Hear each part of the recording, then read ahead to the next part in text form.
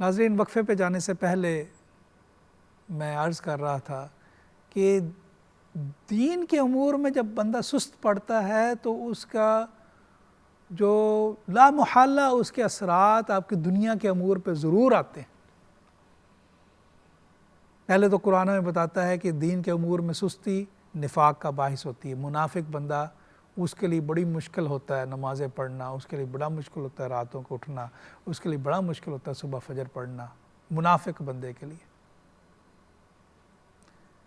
اللہ فرماتے ہیں فَوَيْلٌ لِّلْمُصَلِّينَ الَّذِينَ هُمْ عَنْ صَلَاتِهِمْ سَاهُونَ الَّذِينَ هُمْ يُرَاءُونَ۔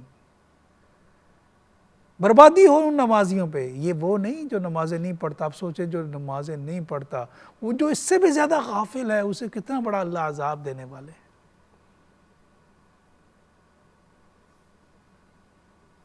مَا سَلَكَكُمْ فِي سَقَرَ، تمہیں کون سی چیز جہنم میں لے آئی؟ لَمْ نَكُ مِنَ الْمُصَلِّينَ، ہم نمازیں نہیں پڑھتے تھے، ہمیں پرواہ ہی نہیں تھی، ہم سستی مارے ہوئے تھے۔ اب سوچیں کہ وہ انسان جو ہے وہ، اور لیکن یہ اس کی بات کر رہے ہیں اللہ سبحانہ وتعالیٰ جو نماز ادا کرتا ہے فَوَيْلٌ لِّلْمُصَلِّينَ الَّذِينَ هُمْ عَنْ صَلَاتِهِمْ سَاهُونَ، لیکن نماز پڑھتا گرتا پڑتا بس مجبوری کے ساتھ نمازیں ادا کرتا ہے، یراؤن، لوگوں کو دکھانے کے لیے۔ ایک تو وہ کیٹیگری ہو گئی جو کہ منافق ہیں، دل کے اندر ایمان نہیں، ان کے لیے تو بوجھ ہے ہر چیز، اللہ کا نام لینا بوجھ ہے ان کے لیے، لوگوں کو خوش کرنے کے لیے، اپنے قبیلے کے لوگوں کو، اور بہت سارے جو ہمارے اوپر سوسائٹی کے معاشرے کے پریشر ہیں، اس کی وجہ سے اپنے آپ کو دین ظاہر کرتے ہیں مسلمان، اندر اسلام کوئی نہیں۔ دوسرے وہ ہیں مسلمان، کنونسڈ ہیں دل سے اللہ سبحانہ وتعالیٰ کی وحدانیت پہ، نبی کریم صلی اللہ علیہ وسلم کی رسالت پہ، لیکن کیا ہے، شیطان ایسی تھپکیاں دیتا ہے، ایسی سستیاں ڈالتا ہے کہ وہ بھول جاتے ہیں اور وہ اپنی عبادات میں سستی لاتے ہیں۔ عبادات کی سستی جو ہے وہ دنیا کے امور کی سستی کا باعث بنتی ہے۔ جیسے کہ میں پہلے مثال دے بیٹھا کہ کتنے بڑے صحابہ کے نام دیکھ لیں، وہ تارک الدنیا نہیں تھے، دنیا کے امور میں بھی وہ بڑے، اور ایسے مہاجرین جو بالکل سب کو چھوڑ چھاڑ کے زیرو ہو کے دوبارہ سے انہوں نے مدینہ آ کر دوبارہ اپنی زندگی کا سفر شروع کیا تھا، معاشی زندگی کو دوبارہ سے انہوں نے شروع کیا، اور انہوں نے الحمدللہ بڑا نام بنایا اس میں بعد میں۔ حضرت عبد الرحمن بن عوف رضی اللہ تعالیٰ عنہ سب کچھ چھوڑ چھاڑ کر آئے، جب کچھ آئے تھے مدینہ میں تہی دامن تھے، کوئی چیز نہیں تھی پاس، اور ان کے جو انصاری بھائی تھے انہیں گھر لے گئے، کہنے لگے کہ تم میرے بھائی ہو، تمہارے پاس کچھ نہیں ہے، میری جائیداد آدھی تمہاری، ہر چیز آدھا تمہارا، حتیٰ کہ 2 بیویاں ہیں، اگر کہو تو میں ایک کو طلاق دے دوں، تم شادی کر لو، یعنی کہ تمہاری ازدواجی زندگی بھی شروع ہو جائے۔ کہنے لگے نہیں، تمہارا بڑا شکریہ میرے بھائی، مجھے بازار کا رستہ بتاؤ کدھر ہے۔ پنیر بیچنے سے اپنے کاروبار کا آغاز کیا، کروڑوں پتی ہو گئے، اللہ کی راہ میں لگاتے رہے۔ اگر صحابہ کی زندگی کو پڑھیں تو انسان پریشان ہو جاتا ہے کہ کیا سکسس سٹوریز ہیں ان کی زندگیوں کی، اور کیا تھا، عبادات میں بھی کسل نہیں۔ عبادات کا کسل آپ کو دنیا کے کسل میں نظر آتا ہے۔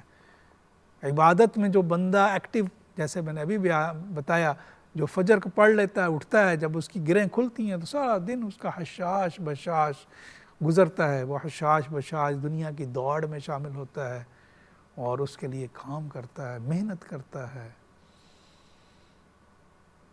اور محنت کرتا ہے، اور اللہ سبحانہ وتعالیٰ اس کو اس کا اجر دیتے ہیں۔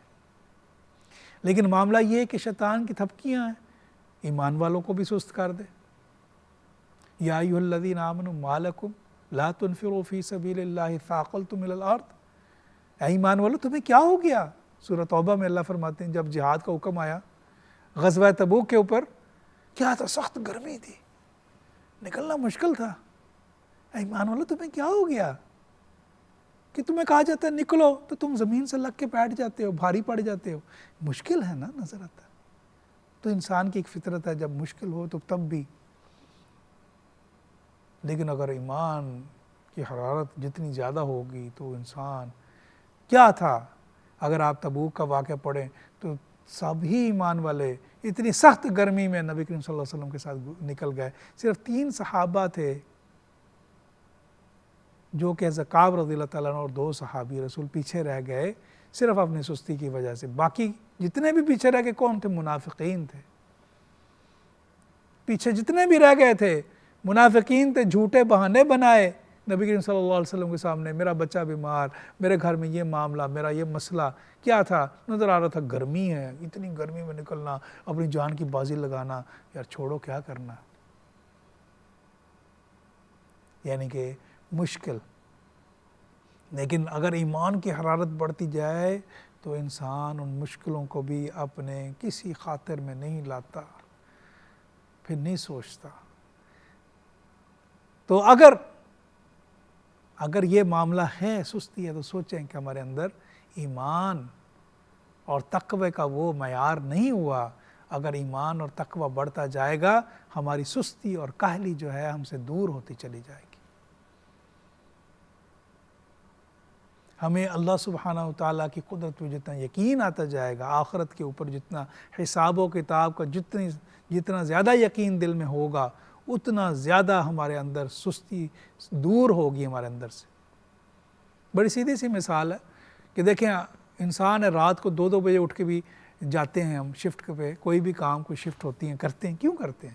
پتہ ہے تنخواہ ملنی ہے. یعنی کہ اس چیز کا 100% یقین ہے کہ جو میں یہ کام کر رہا ہوں اس کی اجرت ملنی ہی ملنی ہے، اس لیے ہم دوڑے راتوں کو اٹھتے ہیں. اگر کوئی بندہ رات کو کوئی دوست کا فون آ جائے، آپ تیار ہو رہے ہو جانے کے لیے، کہا کہ یار جس کمپنی میں کام کر رہے ہو وہ کمپنی بینکرپٹ ہونے والی ہے، اگلے مہینے سے تنخواہیں کوئی نہیں ملنی، تو کیا ہوگا؟ سستی آ جائے گی. سستی آ جائے گی، انسان بیٹھ جائے گا، کہے گا اچھا یا تنخواہ تو پتہ نہیں ملنی کہ نہیں ملنی، تو کیا کریں؟ سست پڑھ کے بیٹھ جائے گا. ہاں اگر اس وقت وہ بندہ جو ہے عقل مند ہو تو کیا کرے گا؟ عقل مند ہو فوراً اپنے مینیجر کو فون کرے کہ بھئی میں نے سنا ہے ہماری کمپنی بینکرپٹ ہو رہی ہے، اگلے مہینے کی تنخواہیں دینے کے پیسے نہیں. مینیجر کہے گا کہ تمہیں کس نے کہہ دیا؟ دیکھو شیئرز، دیکھو ہماری کمپنی کے شیئرز ہمارے کہاں جا رہے ہیں. وہ دیکھے گا اچھا، اور زیادہ چستی آ جائے گی اور دوڑ لگا دے گا. اب آ جائیں ہماری طرف. شیطان وسوسے دیتا ہے، یوسوس فی صدور الناس، لوگوں کے دلوں میں وسوسے ڈالنا. شیطان نے وعدہ کیا تھا اللہ میں اس کو دائیں سے بائیں سے پیچھے سے آگے سے اس کے رستے پہ بیٹھوں گا صراط مستقیم پہ، اور اس کو گمراہ کروں گا. کیسے؟ وسوسے. کچھ نہیں ہوتا، قیامت کا دن بچ جاؤ گے، حساب و کتاب کوئی نہیں، یہ تو صرف کہانی ہے. وسوسے. اگر وسوسے کا شکار ہو تو پھر کیا ہوتا ہے؟ سستی آ گئی، نماز چھوٹنے لگ پڑی، فرائض چھوٹنے لگ پڑے، اللہ کے حکم پیچھے ڈال دیے. نبی کریم صلی اللہ علیہ وسلم کی احادیث کہ حلال کمانا کتنا بڑا ہے، جو بہترین صدقہ تم اپنے بیوی کے منہ میں جو لقمہ ڈالتے ہو، وہ کہتا ہے چھوڑیں کیا، ویسے ہی چلو پیسے آ جائیں ادھر. دنیا میں بھی سست پڑ گیا، دین میں بھی سست پڑ گیا. اگر اس وقت کیا کرے؟ قرآن کو کھول لے، قرآن سے رہنمائی لے لے، اور اس کا ایمان دوبارہ سے وہ جوان ہو جائے گا، دوبارہ سے کہتے ہیں ری فیول ہو جائے گا اور دوبارہ نکل پڑے گا. یعنی کہ اگر سستی کا مرض ہے تو آپ زیادہ سے زیادہ قرآن اور سنت سے اپنے آپ کو جوڑیں، زیادہ سے زیادہ سیرہ پڑھیں، زیادہ سے زیادہ قرآن کو پڑھیں. آپ کے اندر خود بخود تقویت آتی چلی جائے گی. خود بخود آپ کا ایمان، جب ایمان کے اندر اضافہ ہوگا، یقین میں اضافہ ہوگا، خود بخود تقویت آتی جائے گی اور آپ زیادہ ایکٹیو ہو جائیں گے. ایک اور بھی معاملہ ہے ناظرین، یہ ایک عادت بھی ہوتی ہے. مثال کے طور پہ بچپن سے ہی جو عادت بنا لی جائیں، کاہلی کی عادت پڑ گئی بچپن سے ہی تو وہ بندہ کاہل ہو جاتا ہے. یعنی دیکھا والد بھی کچھ نہیں کرتے، کوئی کچھ نہیں کرتا، نہ ایسی تربیت ہوئی، نہ کسی نے محنت کی عظمت کے اوپر سمجھایا، نہ دین سے رہنمائی حاصل کر سکے، کیا ہوا کہ وہ سست پڑ گئے۔ وہ صرف سست عبادات میں بھی سست نہیں، وہ پڑھائی میں بھی سست ہے، وہ کام کاج میں بھی سست ہے، وہ ہر چیز میں بس یہ عادت بن گئی، یہ اس کو کسل کی بیماری لگ گئی۔ عادتیں اتنی جلدی درست نہیں ہوتی، تب تک درست نہیں ہوتی اگر وہ ریئلائز ہی نہ کرے کہ میں کتنی بڑی بری بیماری میں پڑا ہوا ہوں۔ میں نے بہت سارے لوگ دیکھے ہیں جو کہتے ہیں جی بس جی کام کرنے کو دل نہیں کرتا، کیا کریں، کام کرنا بھی ہے۔ اگر وہ دل سے چاہیں کام کرنا ہے اور سمجھیں کہ یہ بہت ہی بری بات ہے فارغ بیٹھے رہنا، فارغ بیٹھے رہنا بہت ہی بری بات ہے، اور دنیا اور دین میں بھی اگر آپ کسل دکھاتے، نمازیں نہیں پڑھتے، جیسے میں نے قرآن کی آیت پڑھی ما سلککم فی سقر قالوا لم نک من المصلین، کہ تمہیں کون سی چیز جہنم میں لے آئی، میں نماز نہیں ہم ادا کرتے تھے۔ یعنی کہ دنیا بھی برباد اس انسان کی اور آخرت بھی برباد اس انسان کی۔ اب کیا ہے، اس کو بیماری ہے، کسل کی بیماری ہے، اسے کام چوری کی بیماری، کام نہ کرنے کی بیماری ہے، وہ کام نہیں کرتا، اس کا دل ہی نہیں لگتا کام کرنے، وہ چاہتا ہی نہیں۔ اسے اپنی عادتوں کو بدلنے کے لیے کیا کرنا ہے؟ قرآن اور سننا، اس سے رہنمائی لینی ہے۔ برٹرڈ رسل نے ایک ایسے لکھا ہے جس کا نام ہے ورک، کام۔ وہ کہتا ہے کہ کام بذات خود ایک بہت بڑی نعمت ہے، کیونکہ انسان کام میں مشغول ہو جاتا ہے اور اس سے اس کو سیٹسفیکشن ملتی ہے کہ میں کچھ کر رہا ہوں، میں فارغ نہیں، میں فضول نہیں ہوں، میں کوئی دنیا میں کوئی چیز، میں کوئی اپنا حصہ ڈال رہا ہوں۔ دیکھیں نا، کوئی بندہ کریٹر ہے، کسی نے ڈیم بنایا، کسی نے کوئی چیز بنائی، اب اس کو یہ بڑی تسلی ہوتی ہے میں کریٹر ہوں، میں نے کوئی چیز بنائی ہے، اور کچھ نہیں۔ جب وہ محنت کرتا ہے تو اس کو اس کی تنخواہ ملتی ہے جس سے وہ اپنے بال بچوں کا پیٹ پالتا ہے، تو اس کو تسلی ہوتی ہے کہ میں اللہ نے مجھے ایک ذریعہ بنایا ہے کہ میں اپنے بال بچوں کی روزی کا ذریعہ بنا ہوں۔ بے شک روزی دینے والی ذات اللہ کی ہے، لیکن اللہ نے مجھے ایک ذریعہ بنا دیا ہے۔ یہ چیز اس کو اطمینان قلب دیتی ہے، وہ مطمئن ہوتا ہے کہ ہاں واقعی میں فضول کوئی نہیں دنیا میں آیا ہوا، میری زندگی فضول نہیں ہے، میری زندگی کا کوئی مقصد ہے۔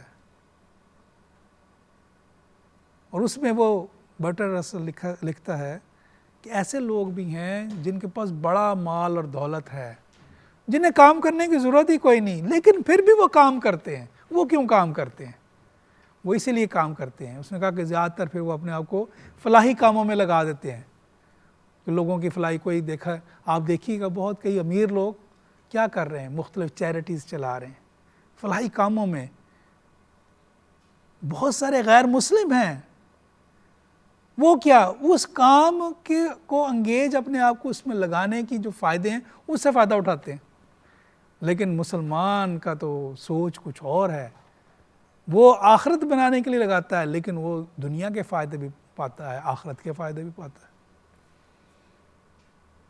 کہ بہت سارے امیر لوگ جنہیں کام کرنے کی کوئی ضرورت نہیں ہے، کاروبار ان کے ہیں، ان کو اچھی ان کی تنخواہیں، سب کچھ ہے، لیکن وہ اپنے آپ کو کام میں لگاتے ہیں۔ کیوں لگاتے ہیں؟ تاکہ وہ اپنے آپ کو فضول نہ سمجھنے لگ پڑیں۔ آپ پانی کو کھڑا کر دیں، پانی میں بدبو آ جائے گی، کھڑا ہوا پانی اس میں بدبو آ جاتی ہے، تو انسان جو ہے وہ بیٹھ جاتا ہے کاہل ہو کے، مختلف بیماریاں اس کے اوپر آ جاتی ہیں۔ اسے کچھ نہ کچھ، وہ کہتے ہیں نا، بیکار مباش کچھ کیا کر، کپڑے ہی ادھیڑ کے سیا کر، یعنی کچھ تو کر۔ اگر تو بیکار بیٹھا رہے گا تو تو اپنے آپ کو زنگ لگا لے گا، اور کچھ نہیں تو اپنے کپڑے ہی پھاڑ لے، اس کو دوبارہ سینا شروع کر دے، کسی کام میں اپنے آپ کو مشغول کر لے۔ یہ کتنی ہی بڑی بد نصیبی کی بات ہے، انسان دنیا کے کاموں میں بھی اپنے آپ کو بیٹھا ہوا ہے، اٹھ رہا ہے، رات سویا 1 بجے 2 بجے اٹھا، صبح دوپہر کو 2 بجے اٹھ رہا ہے، ابھی نہ اس کو پتہ ہے ناشتہ کب ہوتا ہے، نہ اس کو پتہ ہے دوپہر کا کھانا کب ہوتا ہے، نہ اسے پتہ نہ اسے پتہ ہے صبح سورج نکلتا ہے تو اس کی شعاؤں کا مزہ کیا ہے، صبح کے نکلنے کا۔ جب صبح سورج کا نکلنا جو ہے اس کو دیکھنے کا کیا نظارے کا کیا مزہ ہے، اور اس کو کیا پتہ جب سرخ افق پہ جب سرخی چھاتی ہے وہ کیا چیز ہوتی ہے، نہ اس نے کبھی دیکھا، نہ کبھی اس نے سحری کے اس وقت کو انجوائے کیا۔ کہتے ہیں کہ ہر دن اگر ہالیڈے ہو تو پھر کوئی ہالیڈے نہیں ہوتا، یعنی کہ روز ہی وہ سمجھے کہ آج چھٹی کا دن ہے تو وہ پھر اس کے لیے کوئی چھٹی کا دن نہیں ہے۔ چھٹی کا دن تبھی وہ انجوائے کرے گا، تبھی اس سے مزے اٹھائے گا جب ہفتے میں وہ 6 دن 5 دن کام کرے گا، 2 دن اس کے پھر وہ کہے گا ہاں یہ ہالیڈے ہے، یہ چھٹی کا دن ہے۔ قدرت نے کیوں تضادات رکھے دنیا میں؟ آپ سوچتا ہے انسان تضاد تو بری چیز ہے، رات کا آنا، اور دیکھیں قرآن میں بار بار ان تضادات کو اللہ نے بیان کیا۔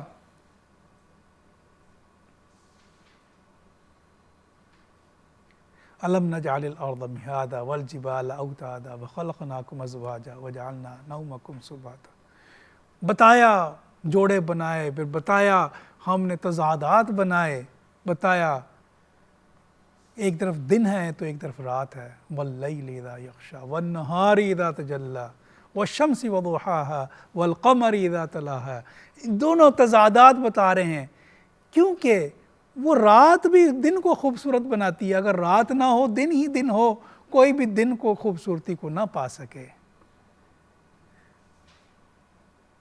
زوال عروج کی اہمیت کو بڑھاتا ہے، اگر عروج ہی عروج اور زوال ہو ہی نہ تو پھر ہم عروج کو کیسے پا سکتے ہیں؟